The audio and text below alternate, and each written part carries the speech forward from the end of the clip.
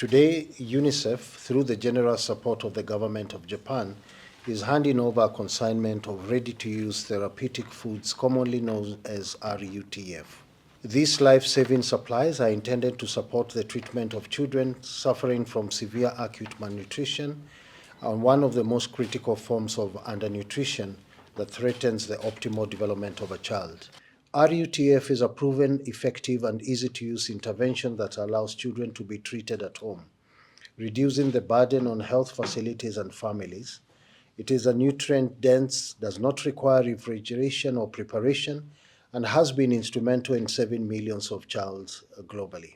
While Botswana has made significant progress in reducing child malnutrition, pockets of vulnerability remain, especially in the context of climate shocks, food insecurity, and economic pressures. According to the data at the time of initiating this support, underweight rate for Botswana was 4.1 against a national target of 3%.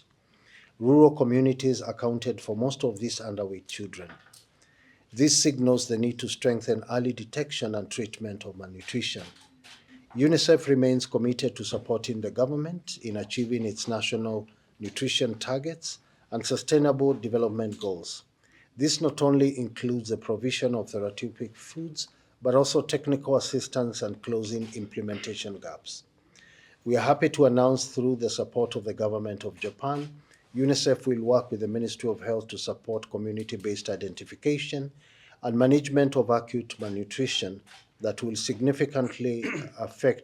were affected by the El Nino-induced drought to meet the national targets. This support will further include capacity building of national nutrition stakeholders for improved management of nutrition in emergencies. This handover is a testimony to the strong partnership between UNICEF, the government of Japan, and the government of Botswana.